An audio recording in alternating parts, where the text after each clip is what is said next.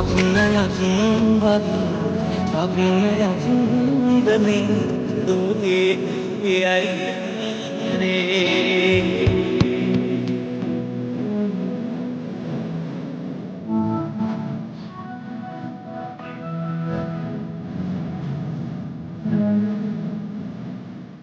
Swapna. අපේ වැඩසටහනට ඔබ සාදරයෙන් පිළිගන්නවා. බොහොම ස්තුතියි. ඔයාද ගොඩාක් ලස්සනයි. හොඳයි අපි කතා කරමු. හොඳයි. අද අපි හුඟක් සතුටුයි. මොකද අපේ මැදිරියම ගොඩක් ලස්සන වෙලා තියෙනවා මිල. බොහොම සුන්දර යුවතියක් ඉන්නවා අපිත් එක්ක. ඇය රටම දන්නේ ස්වප්නා ලෙස. අපේ රට ගැන මොකද හිතෙන්නේ? ගොඩක් හොඳයි. ඇත්තටම ගොඩාක් හොඳ රටක්. බොහොම සාමකාමී ඒ වගේම හරිම හොඳ මිනිස්සු තමයි මෙහෙ ඉන්නේ. මට හිතෙනවා ආයිමත් මෙහෙ එන්න ඕනේ කියලා. ඔයාගේ රසිකයෝ බලාගෙන ඉන්නවා. ඇත්තටම මම ගොඩක් ආසයි ඒගොල්ලන්ව හම්බ වෙන්න. ඒ විතරක් නෙවෙයි රෂි අපි සප්නාගෙන් අහලා බලමු. ඉතින් සප්නා ලංකාවේ ගොඩක් අය බලනවා. ඉතින් ලංකාව විතරක් නෙවෙයි ඉන්දියාවේ මම හිතන්නේ නම්බර් 1 ටෙලි සීරීස් එක වෙලා තියෙන්නේ සප්නා. ඉතින් අපි සප්නාගෙන් අහලා ගලමු මේ සාර්ථකත්වය එයාට කොහොමද දැනෙන්නේ කියලා. එයා කොහොමද මේ ගැන හිතන්නේ? මොකද්ද මේ සාර්ථකත්වය එයා දකින්න විදිය අපි යාගෙන් අහලා බලමු. හැම දෙයකටම කලින් මං දෙවියන්ට ස්තුති කරන්න ඕනේ. මොකද අපි ගොඩක් මහන්සි වෙනවා. ඇත්තටම අපේ මුළු ටීම් එකම ගොඩක් කැපවීමෙන් උනන්දුවෙන් තමයි වැඩ කරන්නේ. තිරෙන් පිටිපස්සේ ඉන්න අය, ඒ වගේම මාත් එක්ක එකට වැඩ කරන අය, අපේ සහාය නළුවන් ඇත්තටම මේ හැමෝම ගොඩක් එකතුයි. ශෂි සුමි ප්‍රොඩක්ෂන්, ස්ටාර් ප්ලස් ඇත්තටම අපේ සාර්ථකත්වයේ පිටිපස්සේ මේ හැමෝම ඉන්නවා. ඒ එකතු වෙලා වැඩ කරන්නේ. ඇත්තටම ඕගලන්ට කියන මේ කතාවේදී ඒකේ කන්සෙප්ට් එක ගොඩක් වැදගත්. මේ කතාවේදී හැමෝගෙම ජීවිත ගැන ගොඩක් කියවෙනවා. හැම ගෘහණියකටම හැම ගෑනු කෙනෙකුටම තමන්ගේ කියලා එක හීනයක් තියෙනවා. ඒක සැබෑ වෙන්නත් පුළුවන්, සමහර වෙලාවට සැබෑ නොවෙන්නත් පුළුවන්. ඉතින් මේ කතාවෙන් ස්වප්නා එයාගේ හීනෙට ලං වෙන්නේ කොහොමද, එයා ඒක ඉෂ්ට කරගන්නේ කොහොමද කියන එක තමයි කියවෙන්නේ. මං හිතන්නේ මේක හැම ගෑනු ළමයෙකුටම ඒ විතරක් නෙවෙයි හැම මිනිස්සෙකුටම මං හිතන්නේ හොඳට දැනෙන දෙයක්. අන්න ඒක තමයි ස්වප්න මෙච්චර ජනප්‍රිය වුණේ. දැන් ලංකාවේදී අපිට දකින්න ලැබෙනවා මිල ශ්‍රී ලංකාවේ ඉන්න ගොඩක් ගැහණු අයට අය ගොඩාක් බිසි වෙනවා, කාර්යබහුල වෙනවා මේ ඔවුන්ගේ වෘත්තිමය ජීවිතයත් එක්ක. ඉතින් ඒ වෘත්තිමය ජීවිතයත් එක්ක කාර්යබහුල වුණාට ඔවුන් කවදාවත් අමතක කරන්නේ නැහැ ඔවුන්ගේ පවුල වෙනුවෙන් කැප වෙන්නේ, උගලගේ කාලය ගත කරන්න. අපි අහන්න යන්නේ කොහොමද මේ ජීවිත දෙකම බැලන්ස් කරගෙන වැඩ කරන්න කියලා සප්නාගේ. මං හිතන විදිහට මේක තනි ගෑනු කෙනෙකුට විතරක් කරන්න බෑ. ඒකට මුළු පවුලක්ම ඉන්න ඕනේ. එයාට ලොකු සහයෝගයක් ඕනේ. ඒ වගේම එයාට හයියට කවුරු හරි ඉන්න ඕනේ. හරියට සුරාජ් ස්වප්නට හැම වෙලාවෙම උදව් කරනවා වගේ. පවුලක වුණත් හැමෝම එකට ජීවත් වෙනකොට පොඩි පොඩි ගැටුම් ඇති වෙනවා තමයි. ඒත් සතුටින් ජීවත් වෙන්න නම් මුළු පවුලම එකට ඉන්න ඕනේ. ඒක තනි තනියෙන් කරන්න පුළුවන් දෙයක් නෙවෙයි. හැමෝගෙම සහයෝගය ඒකට අවශ්‍යයි. පවුලක සමගිය රකින්න නම් හැමෝම සත්‍යවාදී වෙන්න ඕනේ. හරියට ස්වප්නා වගේ. එයා කවදාවත් බොරු කියන්නේ නැහැ. ඒ වගේම අවංකයි. ගොඩක් මහන්සි වෙලා අමාරු වැඩත් කරනවා. මුළු පවුලෙම එයාට ආදරය කරනවා. ඒ වුණාට එයාගේ හීනෙට සහයෝගය දෙන්නේ නැහැ. ඒකට හේතු වෙන්නේ ඒගොල්ලන්ගේ සංස්කෘතිය එක පැත්තකින් නැන්ද අම්මා. ඉතින් සුරාජ් ස්වප්නට උදව් කරන විදිහට මං හිතන්නේ ගෑනු කෙනෙකුට ඒ වගේ මහත්තයෙක් ඉන්න එක එයාගේ ජීවිතේ වගේම හැම දෙයක්ම සමබරව ගෙනියන්න ලොකු උදව්වක්. ඒ වගේම කොයි වෙලාවකවත් තමන්ව අමතක කරන්න හොඳ නැහැ. ඒක නම් අනිවාර්යයි. තමන්ටම කියලා හීන තියෙනවා.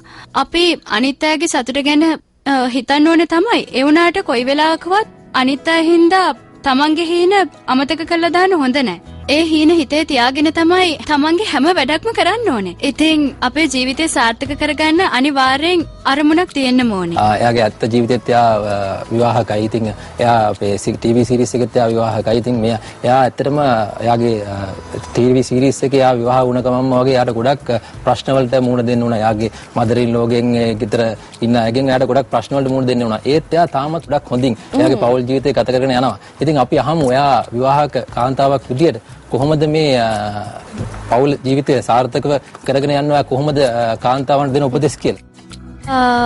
මන්නම් කියන්නේ අපේ ඒ පවුල ඒ වගේ මෙහෙ ජීවත් වෙන එක ගොඩක් අමාරුයි. ඒක ඒ තරම් ලේසි නැහැ. ඒ පවුල තමන්ගේ කරගන්න ගොඩක් මහන්සි වෙන්න වෙනවා. ගොඩක් ඉවසන්න වෙනවා. ඒ වගේම තමන්ගේ නැන්දම්මට මාමට තමන්ගේ දෙමව්පියන්ට වගේ හොඳින් සලකන්න ඕනේ. ඒ වගේම ගොඩක් ගරු කරන්න ඕනේ.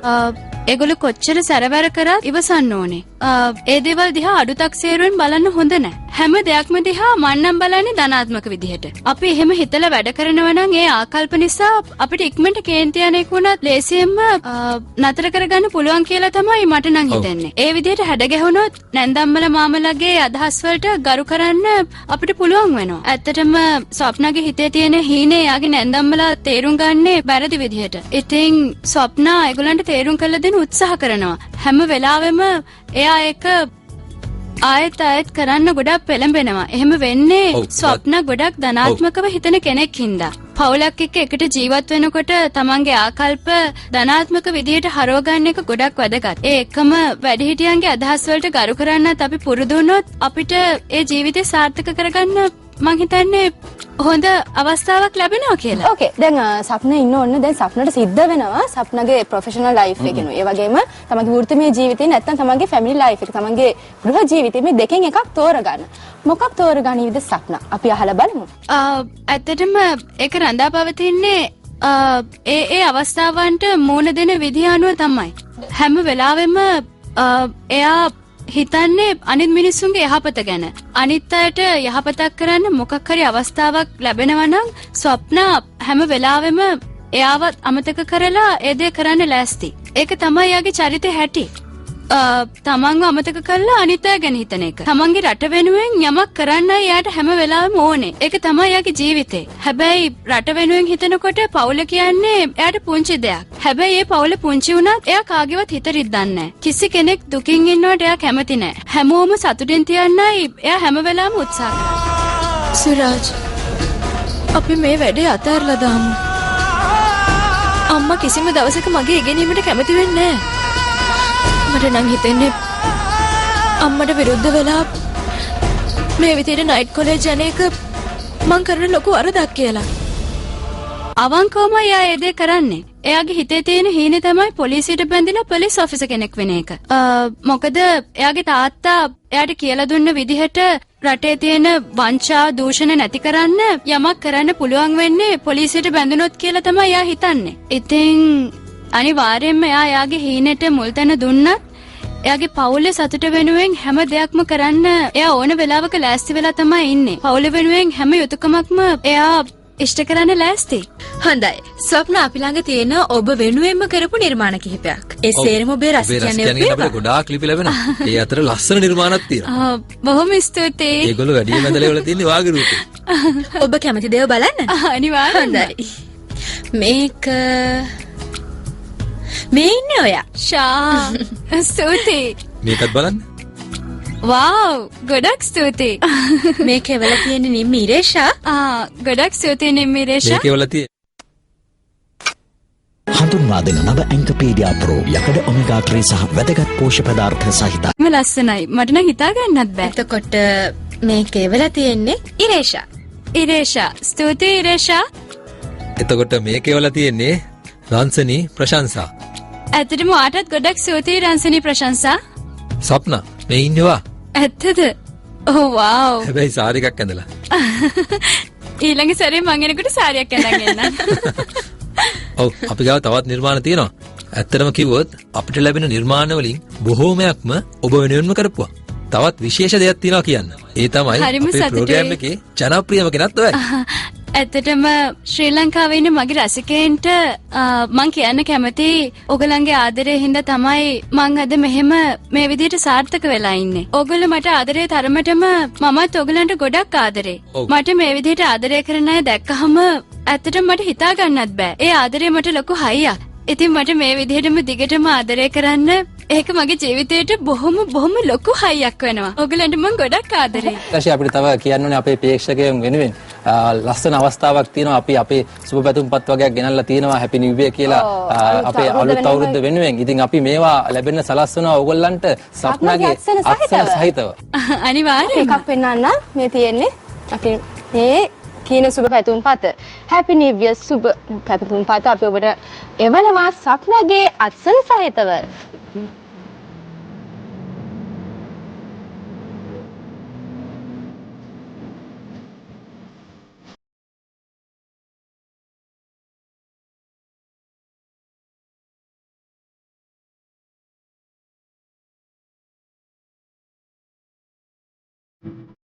බොහොම ස්තුතියි.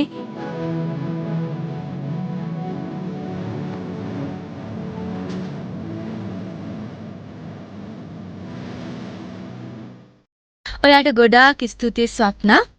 ඔයාගේ වටිනා කාලය අපි වෙනුවෙන් විඩංගු කළාට. ඇත්තටම අපි ගොඩක් සතුටු වෙනවා ඒ වගේම ස්තුතිවන්ත වෙනවා ඔබේ පැමිණීම වෙනුවෙන්. මම ඔයගොල්ලෝ හැමෝටම ආයෙම ස්තුති ඒ කරනවා. වගේම අපි හැමෝම ඔබේ අනාගතය වෙනුවෙන් සුබ පතනවා. මමත් ඔයගලන්ට සුබ පතනවා. ඔයගලන්ගේ අනාගතේ හැම දෙයක්ම සාර්ථක වෙන්න. ඔයාගේ ආදරණීය රසිකයන්ට මොනවද කියන්න තියෙන්නේ? ඔව් ඔබේ යාළුවා ඔයාගේ අනින්ම අහන්න බලාගෙන නැති. මම ඔයගලන්ට ගොඩක් ස්තුතිවන්ත වෙනවා. ඇත්තටම අද මම මේ විදිහට සාර්ථක වෙලා ඉන්නේ ඔයගලන්ගේ ආදරේ හින්දා. ඉතින් ඒකට ගොඩක් ස්තුතියි. ඒ වගේම මම ඔයගලන්ට හදවතින්ම ආදරේ වගේම ඇත්තටම මට මේ වෙලාවේ දැනුණ සතුට ඔයගොල්ලෝ ඉස්සරහා කියාගන්න අමාරුයි. මගේ හීනේ හැමෝම මට ආදරය කරන එක. ඇත්තටම දැන් ඒ හීනේ හැබෑ වෙලා තියෙන්නේ ඔයගොල්ලෝ හැමෝම මට මේ විදිහට ආදරය කරන හින්දා. ඉතින් ඔයගොල්ලෝ දිගටම ස්වප්නට ආදරය කරන්න. මං හැමදාමත් ඔයගොල්ලොත් එක්ක ඉන්නවා. ඒක තමයි මං දෙවියන්ගෙනුත් ඉල්ලන්නේ.